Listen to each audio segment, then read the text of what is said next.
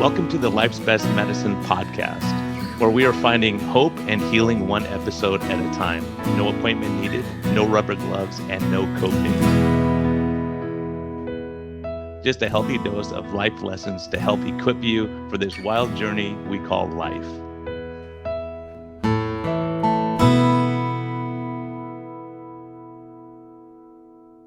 Hey everyone, this is a friendly reminder that we are here for entertainment purposes only.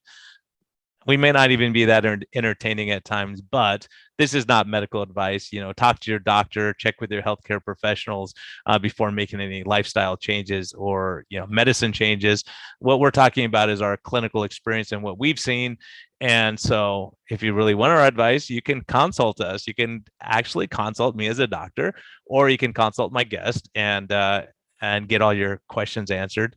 But we can't give free medical advice because we can't pay our bills with that, but we can help to educate you a bit and allow you to think a little bit. And always reach out to your medical professional before making any lifestyle changes. Thank you. Hey everyone, believe it or not, we are in November. Holy cow. It seems like this happens every year, and every year it just sneaks up on us. So this is the landmine time. This is where we try to just, maintain, not to go out of control. Thanksgiving, Christmas, all these things are coming up in the near future, family visiting and vacations and all that kind of stuff. So now's the time to really, really watch it. Use tools if you need to, like Health Code, who sponsors this podcast. They have great recipes online for pumpkin spice and all kinds of things. You can make pudding or ice cream or things like that, because when everyone else is having their sweets, like it's really hard to stay strong. So look at those things. Go check out all their recipes. Health Code, Get Health, GETHLTH.com.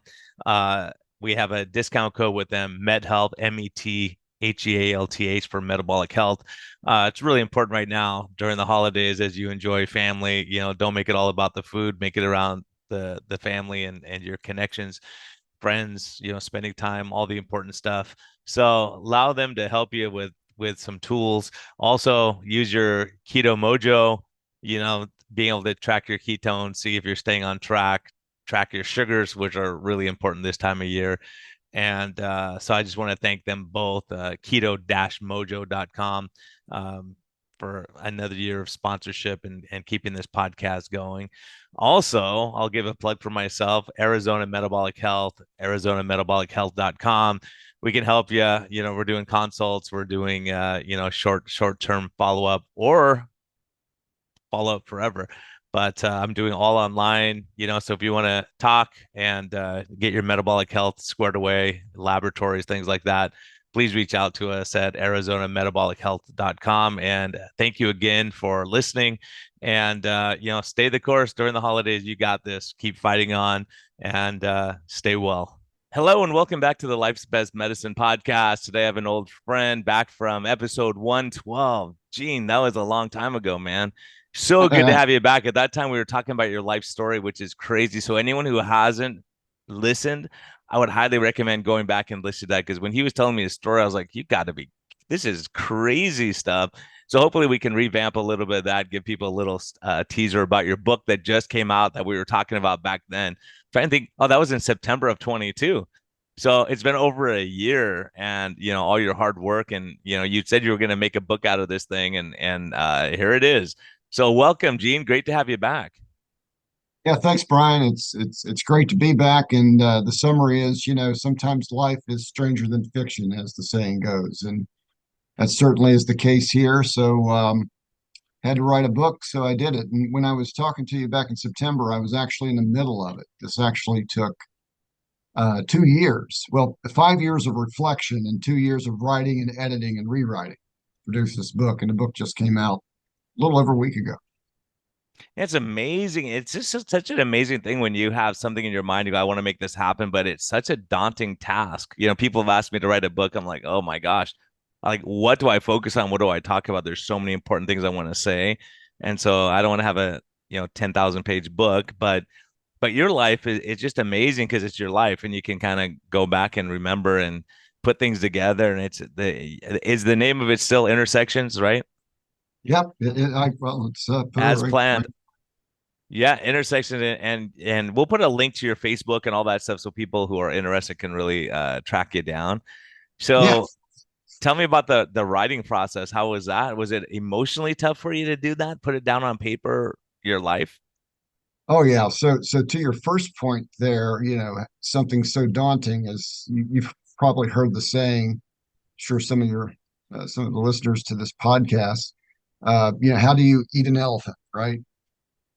Have you heard that one, Yeah, Brian? yeah, one bite at a time, right? Yeah, yeah, one spoonful at a time, and that's Yeah. that's how you write a book too. Um, the um, as far as the emotional part of it, yeah, you read the book, you're going to see things that are, the subtitle is a gripping family saga, and it is gripping. And I'm getting that not just from myself, but I had some beta readers, and I'm already selling books, and I'm already getting feedback. I think it lives to its name that it is gripping. The book is gripping, and it does have a stunning twist to it at the end. That's in the subtitle. The emotions as I write it, because it's a fictionalized account, but most of the stuff is true. And the view from 40,000 feet, when you look at it, even though it's fictionalized, it's the depiction is accurate. You're seeing, it's like looking at an impressionistic painting, right? It's, if you look close at the painting, well, that piece of yellow is really not on their face, but if you look at it back from back, it's, yeah, oh, I really see the emotion here. So that's kind of the art. But back to the emotion when I was writing. As you know, not the listeners know that, I've got a side thing that I do is I sing in rock bands. And it was getting so emotional while I would write that I would have to stop writing at least 3 days prior to a gig because the crying was affecting my voice. Wow.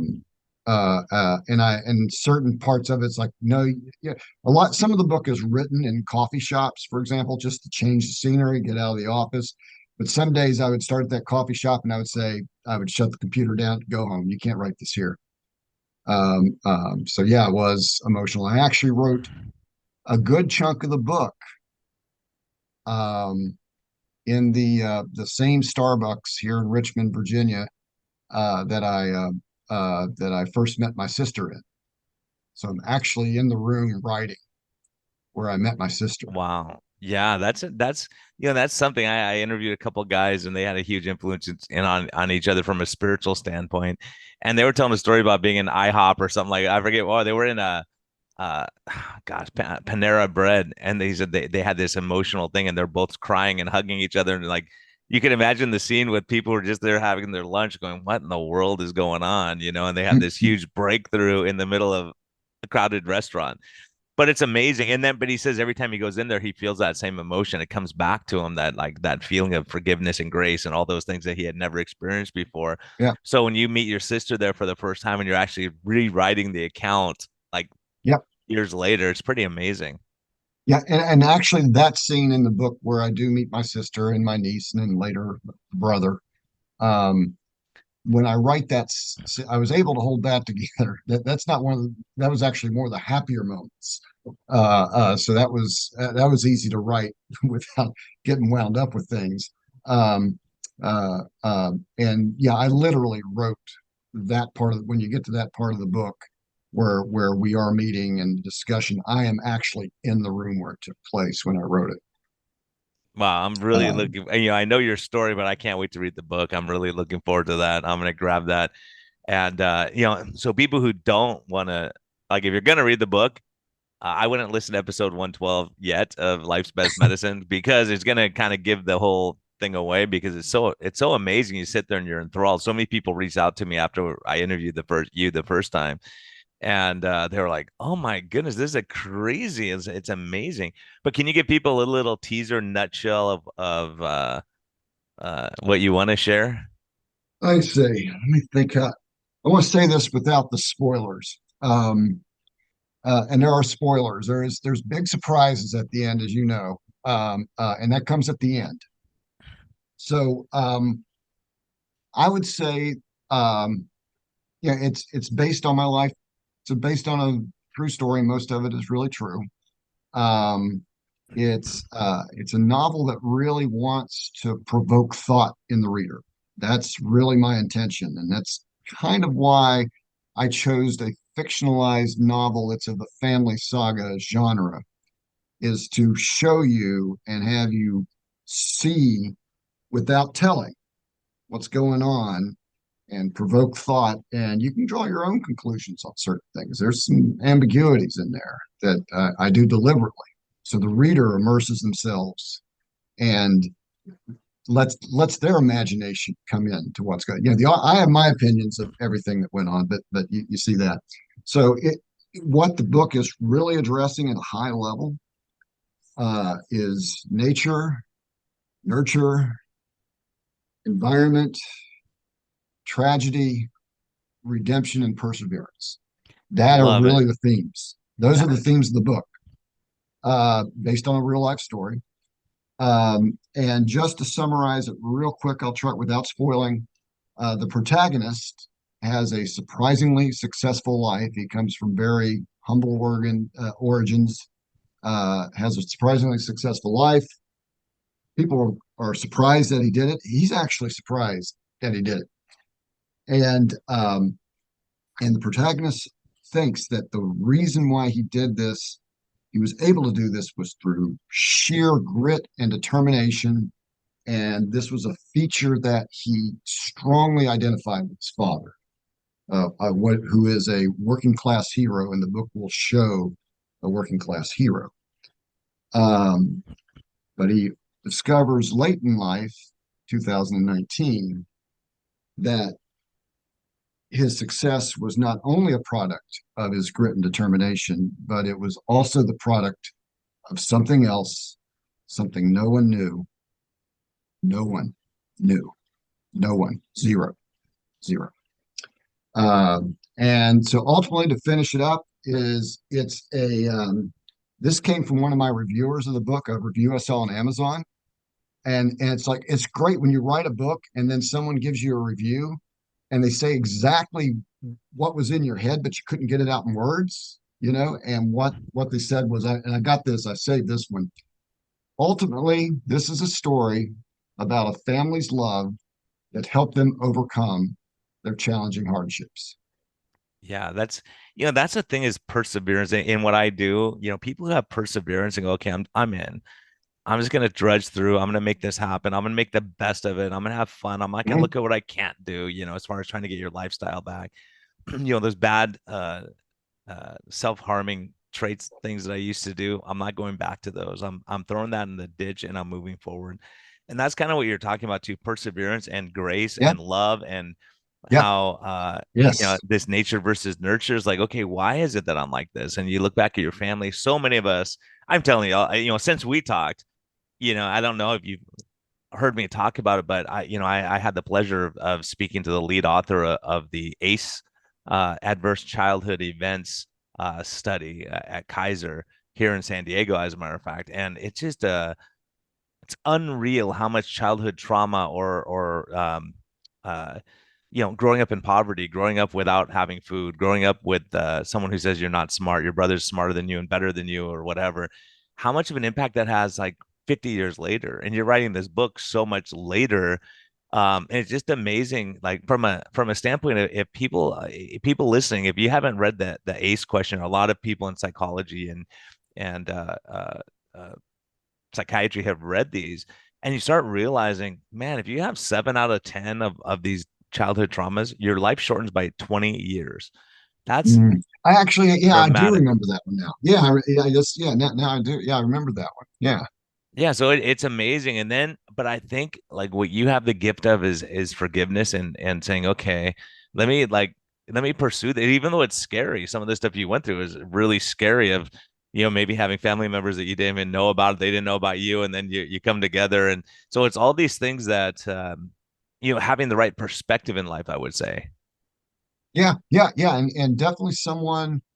Well, and it's certainly not rare. It's actually common, but almost all of us at some point have to persevere with a challenge that's in front of us. And And I'm hoping that when you read Intersections, that you identify with the protagonist in his journey in trying to make it with all of the had a lot of the book really goes through that a lot of social class things stacked against him, and he's got to get on the other side of that wall, and that's that the protagonist's perseverance story. But I think people who've gone through different things, but it's similar. They'll identify with the protagonist. That's what I'm hoping.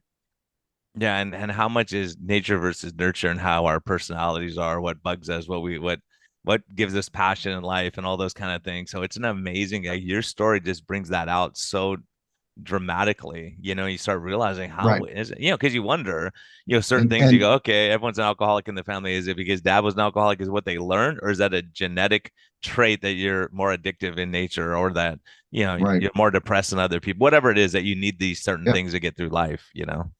Yep. And like I said, the book is, it's a novel, so you show and different readers are going to come to different conclusions about how much of this is nature and how much this is nurture and how much this is environment, which is a little different than nurture.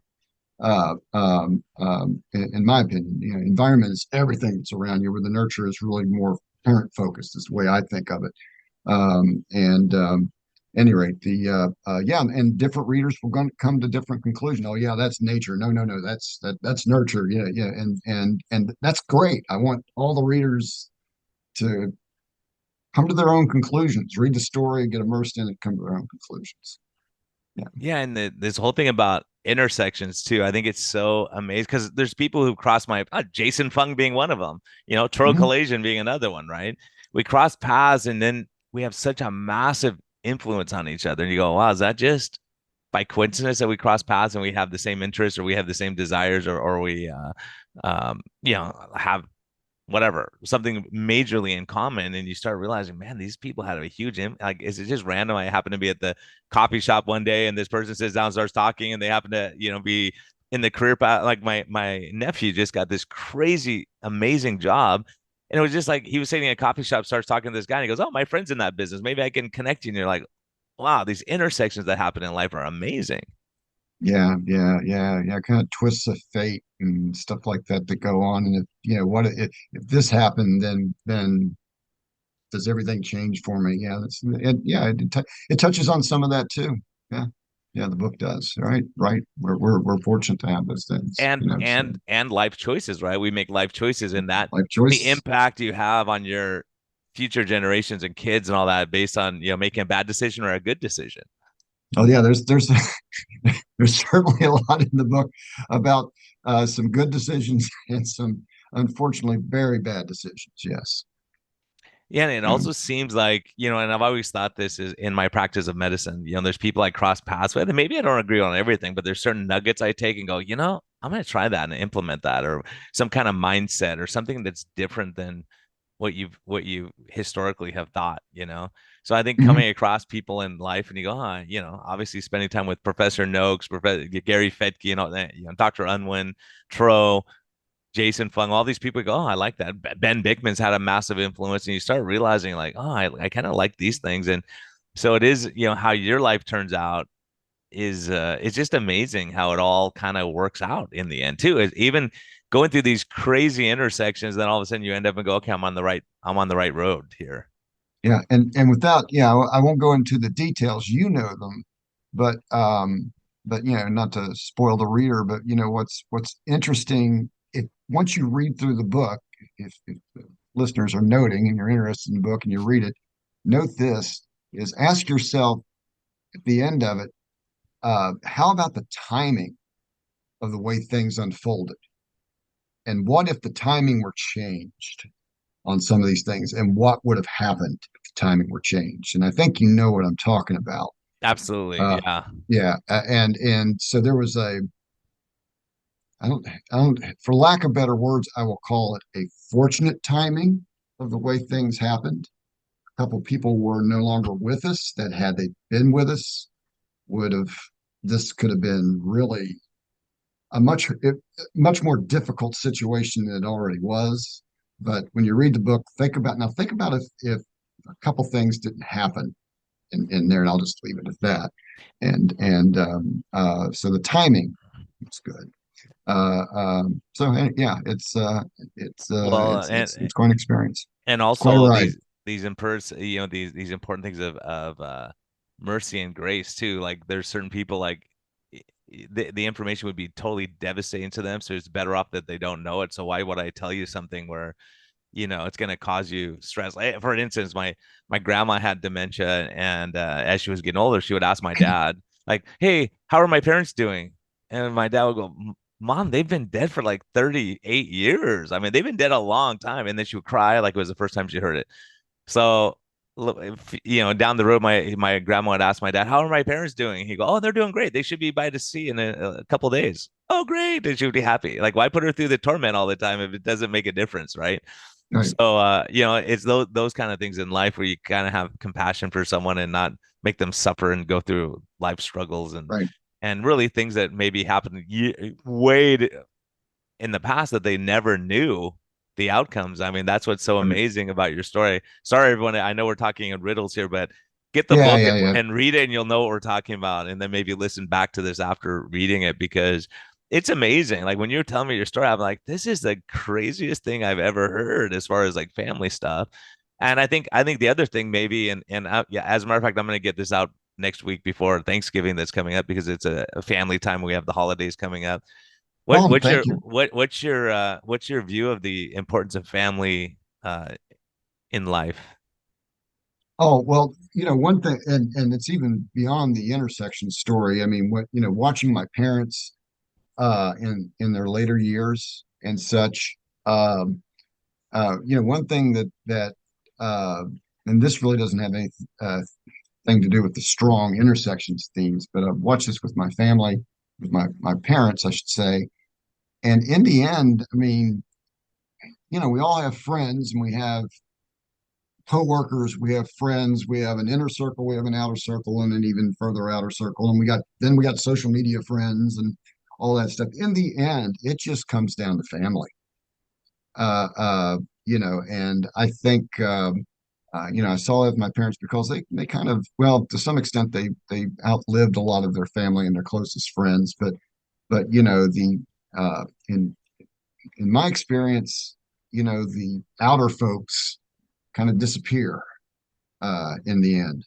In the end, what you got is, the people, your close family, try to stay as close to them as you possibly can because that is, I'm not going to say it's all you got, but don't underestimate that or underdo its value. That stuff's really important. And in the end, my two parents had me.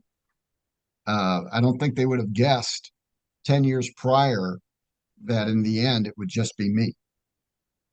I think they imagined that their circle was much larger than that, but no, in the end, it's your close family, and that was me.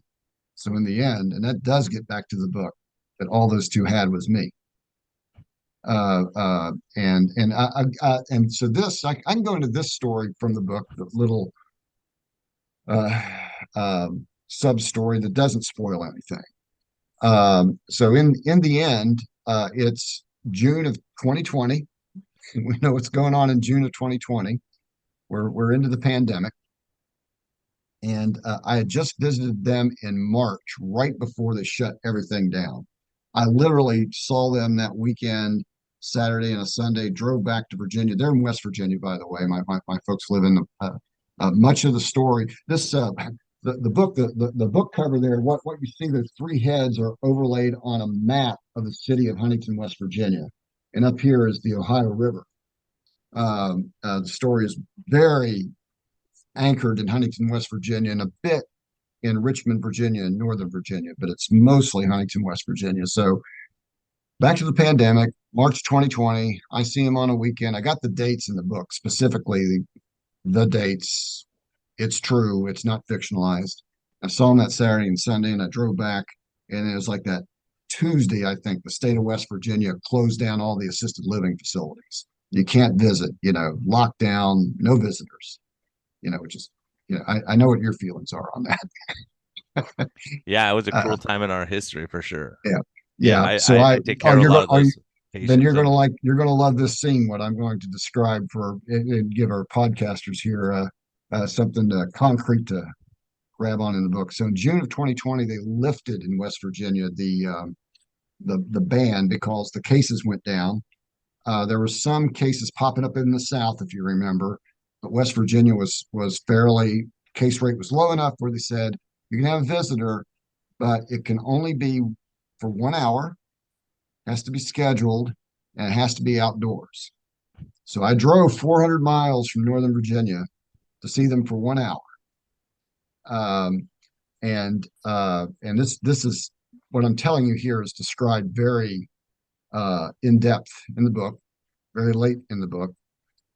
And my dad was he was suffering from Parkinson's and debilitating arthritis and stuff. So he was on this cute little electric scooter, which he kind of liked because he liked to drive fast cars and stuff back in the day. And yeah, so they had a chaperone with him because they explained to me that a couple of weeks ago that they lost track of him and he took it out in the parking lot for a joyride. So that's the kind of guy he was, and you'll learn about that working class hero in the book. You'll get to know Shug. He went by Shug for the Sugar Man. You'll get to know Shug very well. But so Dad comes out in the scooter, and then Mom they're walking her out. Mom has dementia. You mentioned the dementia, and Mom is just she's been in dementia for many years, and she can't talk. She's got that what is it, aphasia or whatever, the same thing Bruce Willis has got going on right yeah, now. aphasia where they can't, yeah, they can't Aphasia. get the, yeah. Yep. She was, and she'd been in that state for many years. Couldn't talk to her on the phone starting around 2016, 2017. This is 2020. They bring her out. They set them, of course, we're more than 6 feet apart, and separated. And they've got the nurses out there making sure everything's being done. And they're starting the clock. I get 1 hour with them. You're going to like this. And when the hour was up, they're bringing him back, and Dad's got his scooter and he's driving it a little bit too fast, of course, and waving at me as he's driving it, and goes in there, bless his heart. And Mom, they're walking her through. She moves slowly, and right before she gets to the door, I'm on the porch, she's right next to the door. She basically wrestles herself away from the nurses to get to me, and they take her and they step her back like Jane, you got Janie, honey, you got to go over here. They're being gentle with her, and she breaks away again, and finally the head nurse who was out there, and she now is in tears, and she said, "Let her go." And she came over to me, and whatever's going on in the dementia mind, the title of the chapter is "The Last Hug." Wow, man. And we hugged for about 30 seconds, and completely against all state of West Virginia health policies or whatever. And they just let us have a good old, about a minute of a hug. And, and then she was good, and she went back in, and I thanked the head nurse. And it's kind of documenting the times we lived in during that. Yeah, this makes me want to, it makes me cry. I'm crying right now, by the way. Because, I'm I sorry. mean, yeah, because it's such Yeah. the value of a human touch, the value of a human smile, the value, like Yeah. those days were hard for me as a strong believing Christian. I was like, man, I can't see someone smile at me. I didn't even know like, what a person's face looked like for a while, and you go, my goodness, like, and then you finally see them without their mask. You're like, wow, I see your smile. You have a beautiful smile. It's so nice. But as a matter of fact, the reason it chokes me up is that I just saw my patient yesterday, right? Who Mhm. it's another story. I could tell you this could go on for an hour. This lady is unbelievably. She's 87 years old, sweet as can be, and she says she's ornery, right? Like she's just enjoying life and having a good time. But we Good. did a Zoom meeting like this, and she just started like sobbing. And I go, "What's wrong, honey? How are you doing? What's going on?" She goes, "You're the first face I've seen in 6 months. Mm. 6 months." Because she didn't know how to do Zoom. They had to teach her how to do Zoom, but they would drop their food off, and she lives in a senior community. They would knock on the door, and they say, "Wait 30 seconds after you hear the knock." so the person get Mhm. out of the hallway and be gone, and then the air could clear or whatever they want to do, and then they can get their food. There's no science behind that. That's ridiculous, right? Mhm. So, Right. and you look at Yeah, it, it is. if you look at like someone murders someone and they're on death row, and say they stab 5 people in prison, they still get 1 hour of outside time and like time to go walk in nature, because if you're on Yeah. 24-hour lockdown, it totally affects your brain. And there's Oh tons of yeah. data on this, and you separate Oh people, yeah. but Yeah. Yeah. Yeah. being able to have that last hug with your mom, right? Like That, that is that, like, what's the value of that? How much is that oh, worth in life, right? Like oh, that's what I mean, this human connection that we lost. And then, once you divide people, then you could separate them, there you go. emotionally. Look at that last hug, chapter 37. Yeah, that's huge. I'm so glad you shared that, because I think people listening to this will resonate with them, because it does with me for sure. Because you don't realize the importance of putting. As a matter of fact, I saw that same patient yesterday. She just happened to be here, and gave her a big hug. She kisses me on the cheek, and we have such a connection. But it's hard when you're remote like this, where you can't hug someone when they're sad or they're going through a hard time and all that. You want to the power of the human touch, just putting your hand on someone's shoulder, saying, "Hey, I'm with you," right? Whatever it is, when you and that just brings me back to when I was a young doc back before the gray hairs at USC during the AIDS epidemic. And I'll never, I mean, just Mhm. impacted me as a doctor and as a human being, is Right. that this guy, we were talking, and this is when everyone thought that, if you touch someone with AIDS, you're going to die. And we knew the science was not there, as it had to be blood exposure, right? Right. But while we're talking, I put my hand on his shoulder, and he started just sobbing too. And I said, "What?" And he goes, "You're the first person who's touched me in Touch months me. and months." Yeah. Because no Yeah. one would walk in the room. He goes, "No No one would doctor touch. came into my room for all this Yeah. time. They would stand in the doorway and say, 'Oh, okay, you look good today. We'll talk to you tomorrow. Good luck.'" It's Yeah. It's just, I almost mean, like to we be, it's almost like we've seen the movie before and we don't learn from it. yeah, and You it's know. it's amazing how and that's the thing, is history repeats unless we say, "Look, I'm not going to be that person," right? Even you go back to the bubonic plague, all these doctors ran to the hills and abandoned their patients, and guess what? There's doctors still to this day, since 2020, for 3 years now. They're not even doing Zoom. They're just doing phone calls with their patient. "Oh, you sound sick. Go to the hospital." It's like, Oh boy. you're their doctor. My goodness. Like, have some compassion and say, "Oh, I'll come and see you." Like, there's a little bit of risk in what we do. And Right. so at some point you assess the risk and benefits, and you go, "Okay, look, you know, most of us who were seeing patients throughout the pandemic are still alive and walking around. I didn't lose any doctor friends from that, from other There was things, a but not that." yeah, there was a doctor I heard say one time, what he learned from the pandemic is there's a certain population within doctors. It's not all doctors. It wasn't him. It's not you, but there's a certain subpopulation of doctors that would make terrible police officers, firemen, and soldiers. Oh You yeah. know, because Doctors would, yeah. yeah, it's basically any kind of there's a subpopulation within doctors that their makeup, the one that will today just do phone calls, don't see me, you might kill me, it would would well, I think you would argue they'd make a terrible doctor, I think, but they're certainly going to be a terrible policeman, fireman, soldier. Yeah, I made that comment actually early on, because I said, "Look, us doctors would not be good Navy SEALs." Because, like, Yeah, yeah. Oh, okay.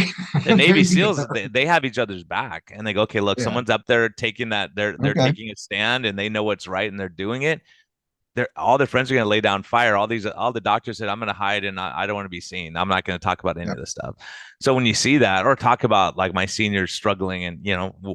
right now what we're seeing, it is the Yeah. result, a lot of it, of the doctors inactivity or inability, lack of courage. I'll put it that way.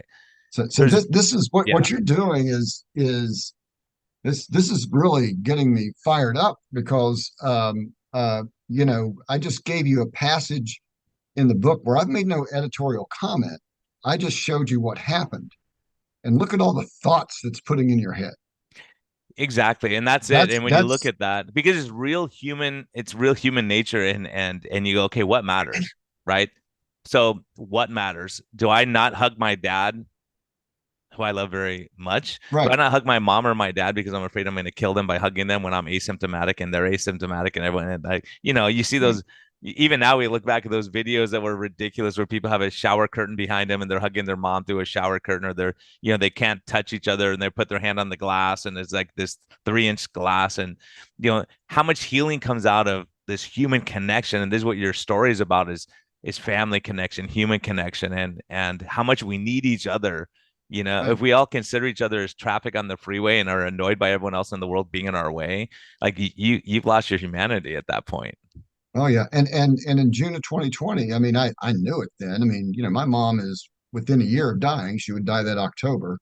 And my dad was just a little over a year away from dying. So of course you're going to hug them. I mean, it isn't like we're trying to make a mitigation here that's going to buy them 30 years of life of quality life. I mean, they're at the end of life. They are ecstatic to see me. I'm ecstatic to see them, and yeah, I didn't even have any thoughts about. Honestly, when I hugged her, that I was thinking like, "Oh my God, I could." Yeah, it's no, you just got to do this. Yeah, yeah. Do you bring that comfort? And the most traumatic stuff was the demented, because they couldn't understand the reasoning behind this stuff. And they're just Oh, locked down in a yeah. facility and they had no connection, no people, no not you're demented and and you I, just that sit there in and a that's not room. that wasn't the facility. I can tell you the facilities. I think the facilities philosophy is much more aligned with what goes on in your head, but they didn't have the authorities forced them to do this. Exactly. Like these nurses let her go. They could have said, no, throw her to the ground and wrestle her for your own good. We're trying to save your Yeah, life here. yeah. They finally You know? said the heck with it. Let her hug him. So sue me. Yeah, and that had to make them feel good to see that too, to see that. Like I Because at said, the that head nurse. time, yeah. I wasn't crying, but the head nurse certainly was. She was a mess, and I think because she's just seeing what's the dumpster fire that's going on around her.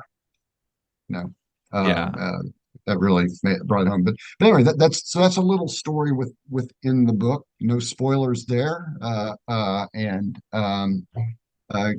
there's a lot of visceral moments like that in the book.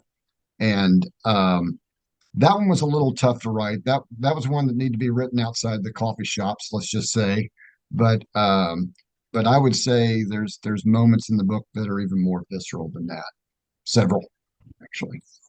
So it's that kind of, yeah. It's a family saga drama. I don't know if I got that out. If you're so for people out there that love to read, there's genres with books, and primarily it's a family saga drama.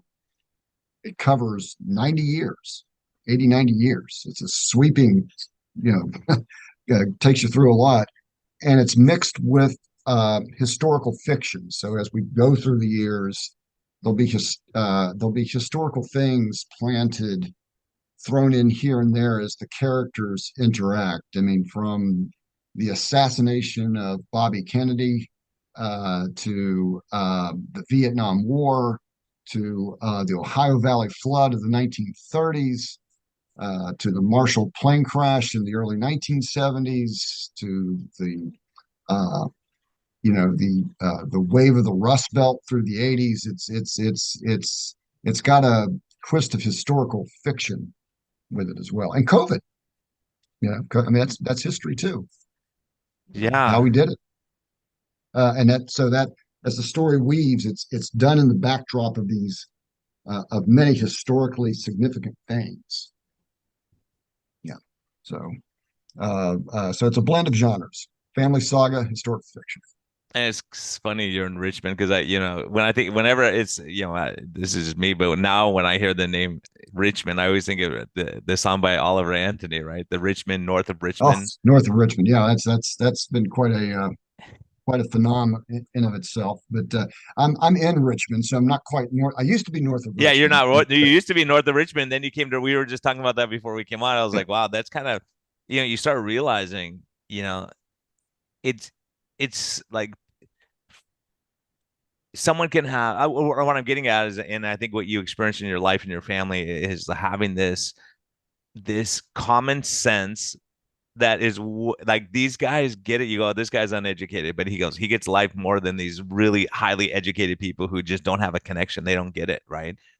Hmm. like when you understand family, the importance of family and friends. And before we started recording, we were both talking about how beautiful, when I'm in Prescott, Arizona, which is my new second home and soon to be first home, Hmm. is this peace that comes. You have these trails, and you're talking about, near your house, going out near the streams and hiking out, and you could go downtown Richmond and hike there and never see a road. It's just amazing when you just get out and you can reflect and think about life and what matters, and enjoy the moment and say, oh, look, there's a bunch of deer up there crossing the trail, or things like that, in the hustle and bustle of the city, we just miss out on these little important things in life. Yeah, yeah, yeah, yeah. And yeah, and definitely the the common sense folk, I mean that would be Shug, one of the main characters in the story. That's he's got a sub story in himself. Is a guy um, who was barely literate, probably read at third grade level. And how does a guy like that survive? And the book shows you.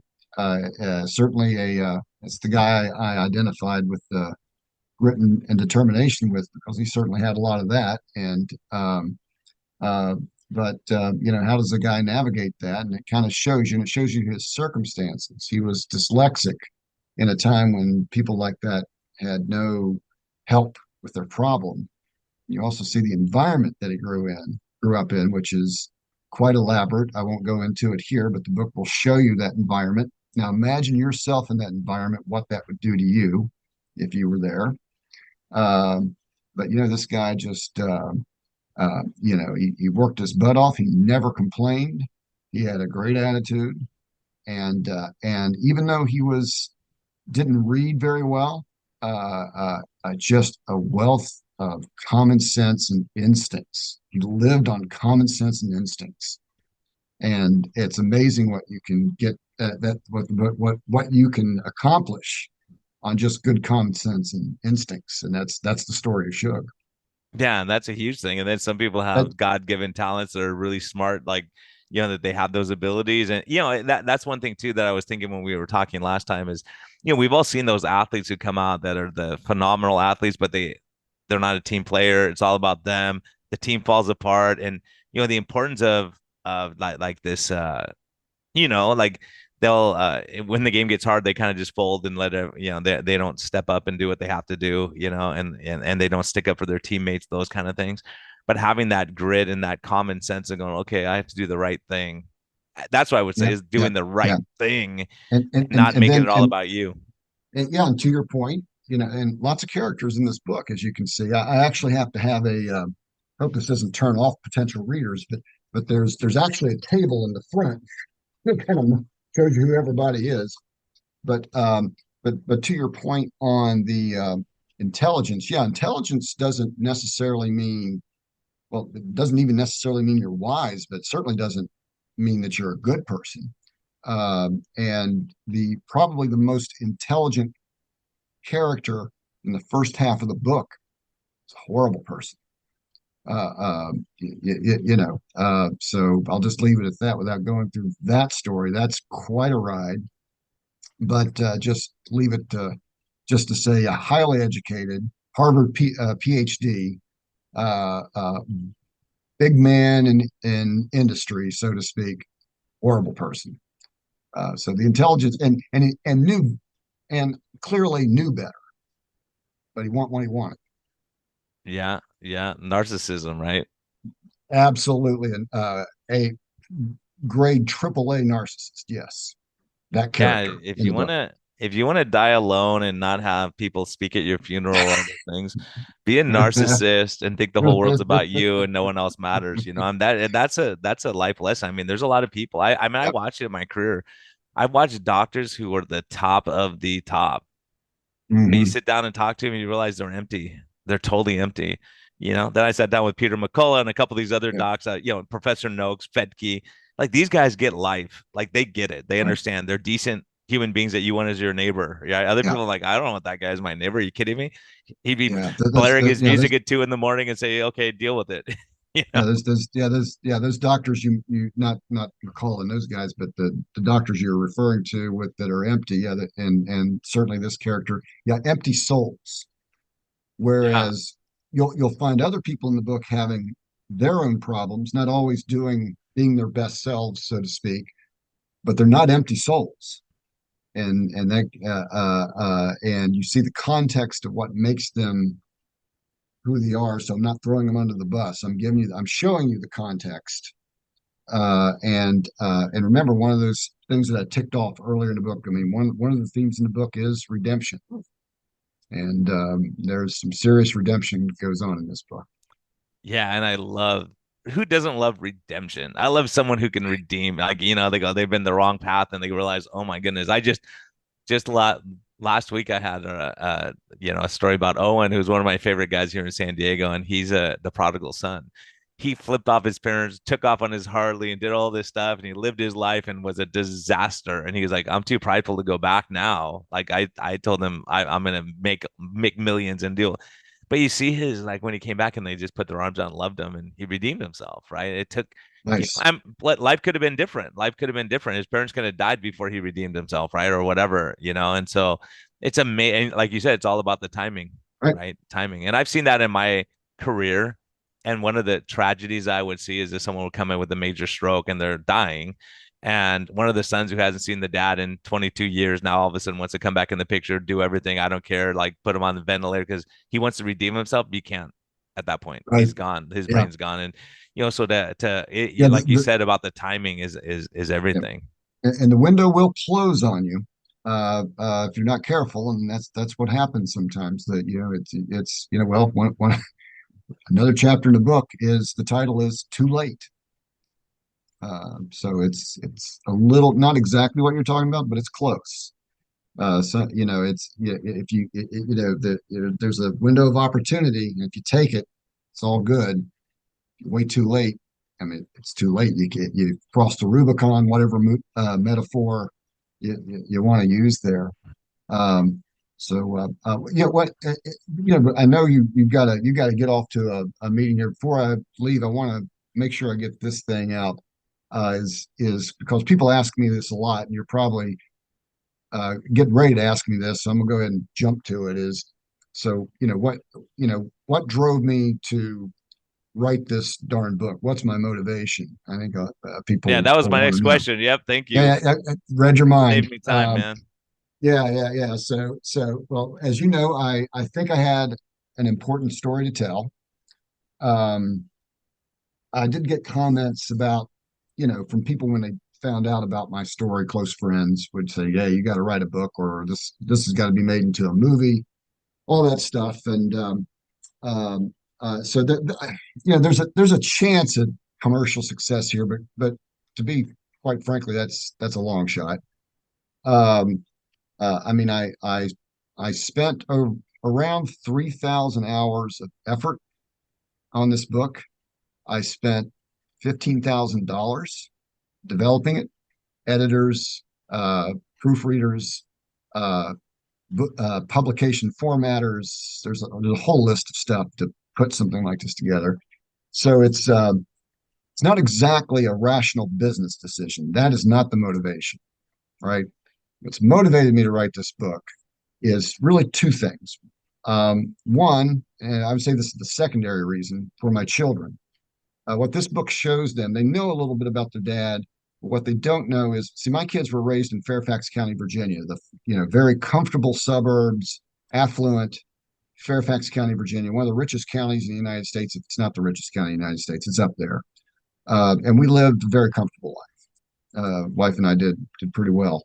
Um, uh, but I wanted to show them the place, and my wife is from Fairfax County, Virginia, but dad is not from Fairfax County, Virginia. And I wanted to show them that place and really let them see it. My daughter's reading it, and she's actually viewed the neighborhood, but now she really gets the environment. So that's one of the motivations. Big Yeah. motivation is for all the found folks, I'm going to say, this book is the best way for me to communicate to them what happened to this new guy in their life. It's hard to do that in casual conversation. We try to do this on the podcast, but there's so many layers to this. You'll just never get through it. And then you'll get sidetracked on a football game or something like that. You never really complete the thought.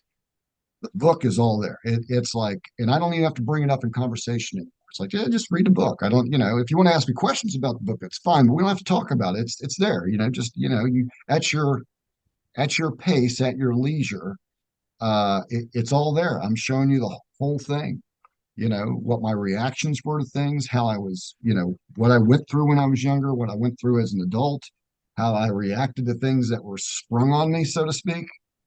You'll see it all. I don't have to talk about it, because it's hard to communicate that. Just come over for coffee and let me tell you about this when this happened. That's hard, but the book does it. And I can tell you, people in the newfound folks, people close have already read it, and it moves them to tears, and it brings them closer to. So there's my motivation.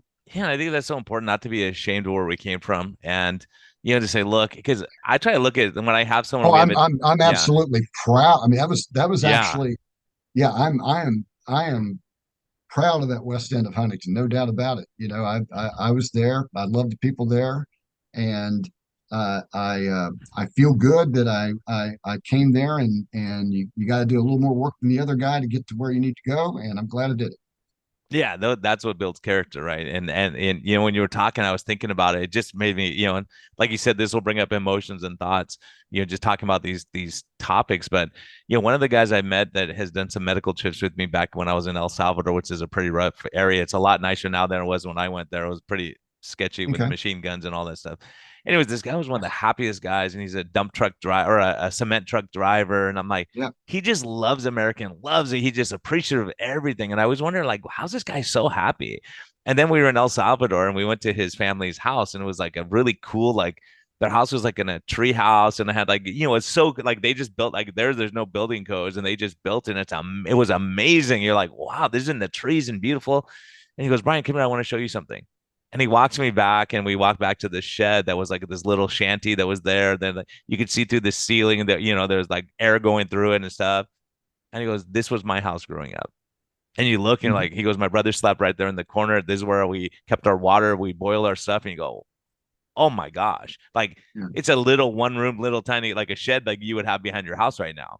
And he goes, "We grew up Right. there. I lived there my entire, until I was 18. That's where I grew up." And you go, "Wow." And now I go, "Oh, okay. This is why you appreciate everything, like a hot shower, and you appreciate like, when you get food, and you appreciate like, when people live like that and then they appreciate everything, you go, oh, like my dad grew up in Nazi Germany, and and what they went through, like the Germans are like they got bombed, they lost everything, they had no, and Mm. it's you don't realize what the common person went through and why my grandma saved everything. And you couldn't throw away the rubber bands on the newspaper. And when she got stuff at the deli that was tied up in a little twine, she had balls of twine hidden everywhere. And you're like, oh my goodness, it's a because it's like you're going to be without. So many people in America have never been without, so they can't even identify. Have someone lose their cell phone for an hour, and they're in nervous wreck. So you just reminded me of something too. That you mentioned your El Salvador friend and the humble beginnings that he had. You'll see that in the book. I do my best to describe things. What I'm doing on my there's a Facebook page, and I've got over 200 followers on my Facebook page for the book. And what I'm doing is, um, uh, now that it's published and people have read it, and I'm getting feedback, is now what I'm doing is every day. So I started a couple days ago. I'm now in chapter 4. I give a picture that is relative to that chapter. Awesome. Yeah, that's and cool. and and in chapter 2 is the title of chapter 2 is It's a Boy. Back when I was born and when I was very young, uh, where we lived, the house we lived in, and I show that picture of that house on my Facebook page. I describe it in the book, but here it is. You've read the book, now you go back and you look at the picture and you say, "Oh my goodness," Yeah, because it was on yeah. the house is maybe 25 by 12, if that, maybe 20 by 12. The whole house. It's not the family room, that's the house. and very worn and beaten. But stepping through in each chapter, you read these scenes, and I'll show you a picture that is in that scene, and I'm getting a lot of positive vibes on that. So it's kind of Yeah, cool. that's cool. Yeah, Read yeah. the book first, and then look at those pictures and that character that I described. Well, here's a picture of either that person or the person they're based on. That's what they really look like. Yeah, it's cool. Then you get it, you get a vibe, you feel it and you see it and you go, okay, that's Yeah, real. That's a real person, right? And yeah, that's, that brings the story to life and that's really cool. And so in yeah. retrospect, is there anything you look back and you go, oh, I wish I would have written that differently or something I would have changed? Or you go, this is it. This is the story. This is the story. Yeah. I would not have let it go. I think I said it in September of last year when I was on your podcast. I think I said I'll know it'll be ready when I know it's ready, and I got to that point. It's ready. I commercial success.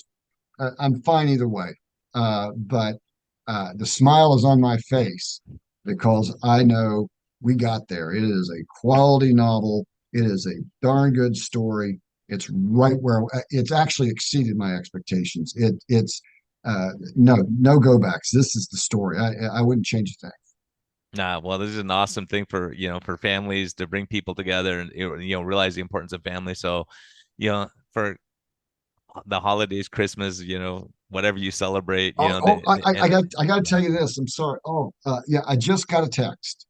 Couple, you're gonna love this.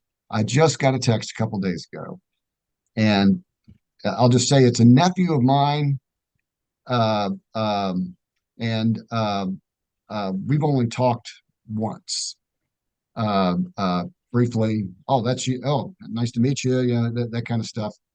And book's out, and he's read the book, and he really wants to spend. And he lives in Richmond. He goes to James Madison, but he lives in Richmond.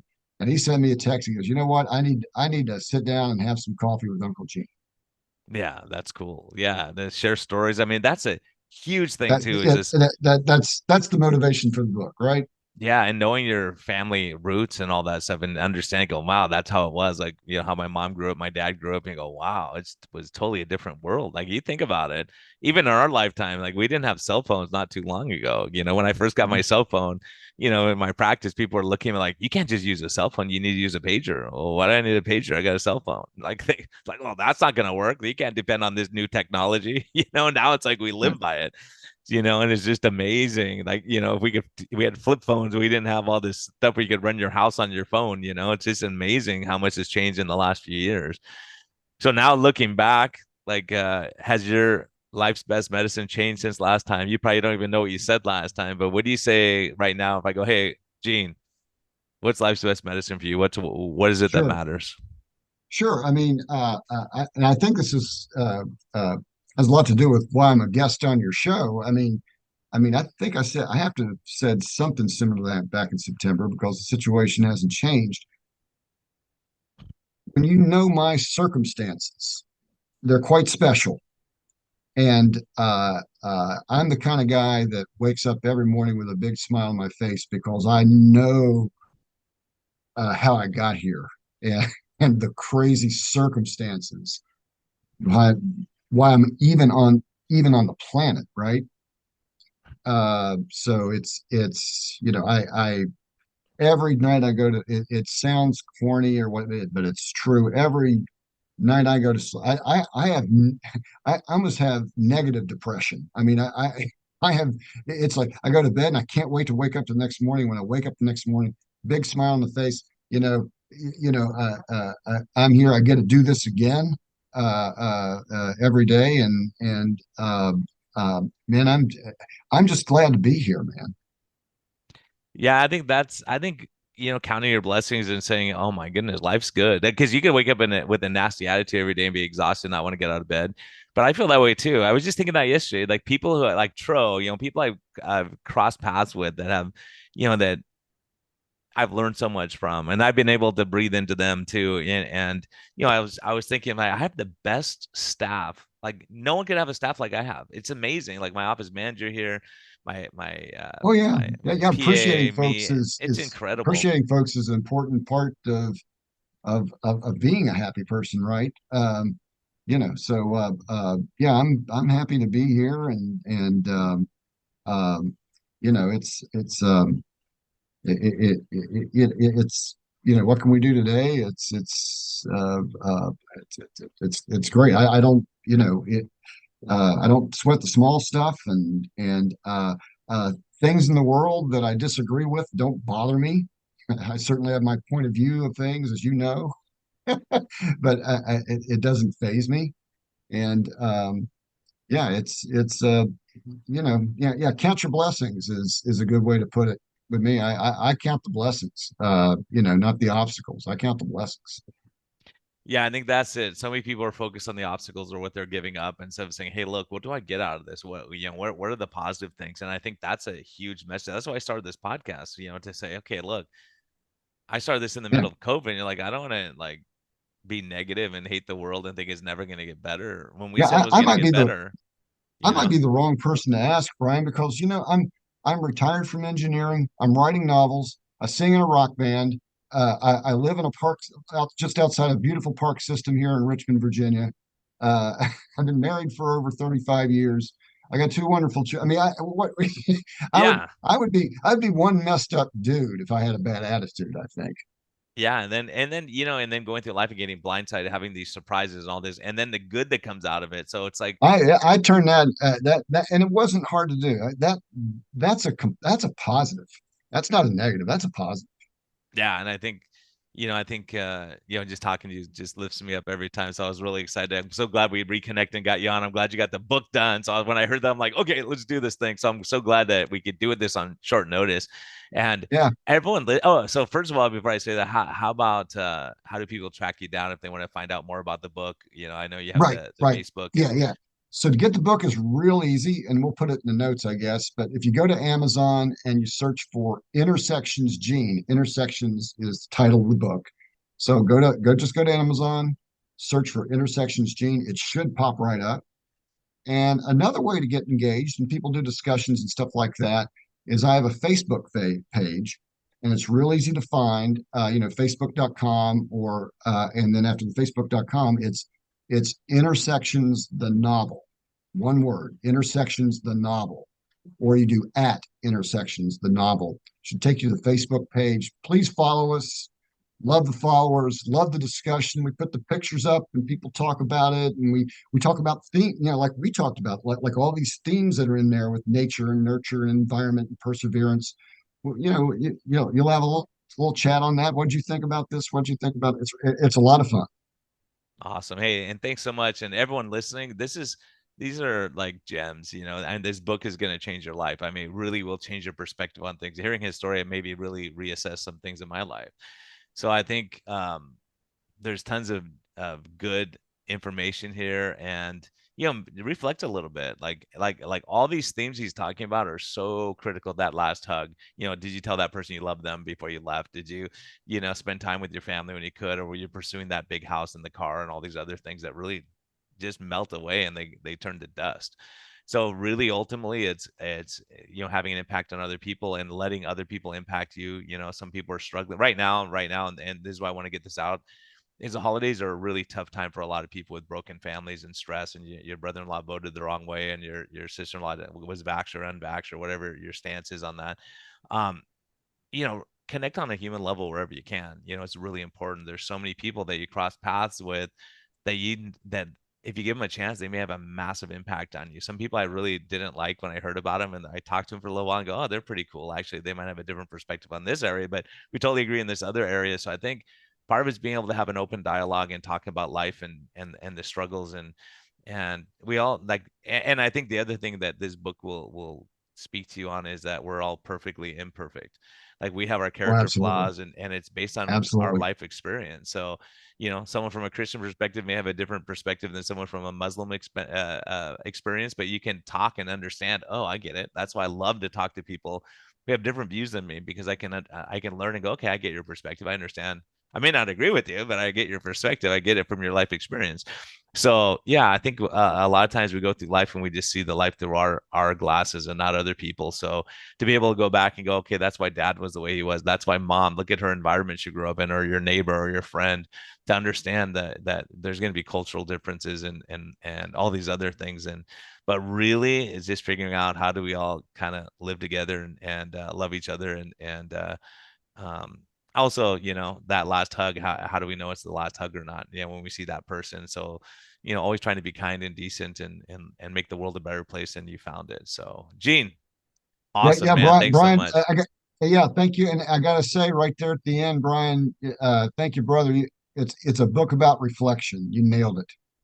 That's what it is Yeah, in one reflection, word. redemption, blind But yeah, sides, intersections, all this stuff. It's everything, man. but you read it and you reflect. That you nailed it. I think we need Thank to you. do that. Don't be afraid, people, of reflecting and reassessing. Go, okay, I've always believed this. Maybe I got it wrong. Maybe let me reassess this. And I think that's one thing I've seen in medicine. People say that's the way it is, and you cannot change it. Well, you may be wrong. It's okay to always hold that perspective that you could be wrong, and like, okay, let me maybe change my tone a little bit on certain areas. So, Yeah. anyways, everyone, this is out before Thanksgiving. Have a great Thanksgiving, and thanks for listening. Greatly appreciate you. And again, I want to give a shout out to my sponsors, like Keto Mojo and Health Code. Great people. They're doing great things, and they understand the importance of relationships. So have a great one. Thanks for listening. Be kind to yourself, be kind to others, and enjoy this time of the year.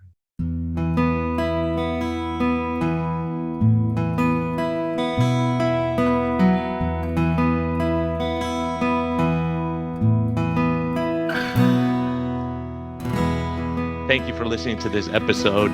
We greatly appreciate your support. We would greatly appreciate a positive thumbs up on all of the platforms like iTunes and Spotify or wherever you're listening.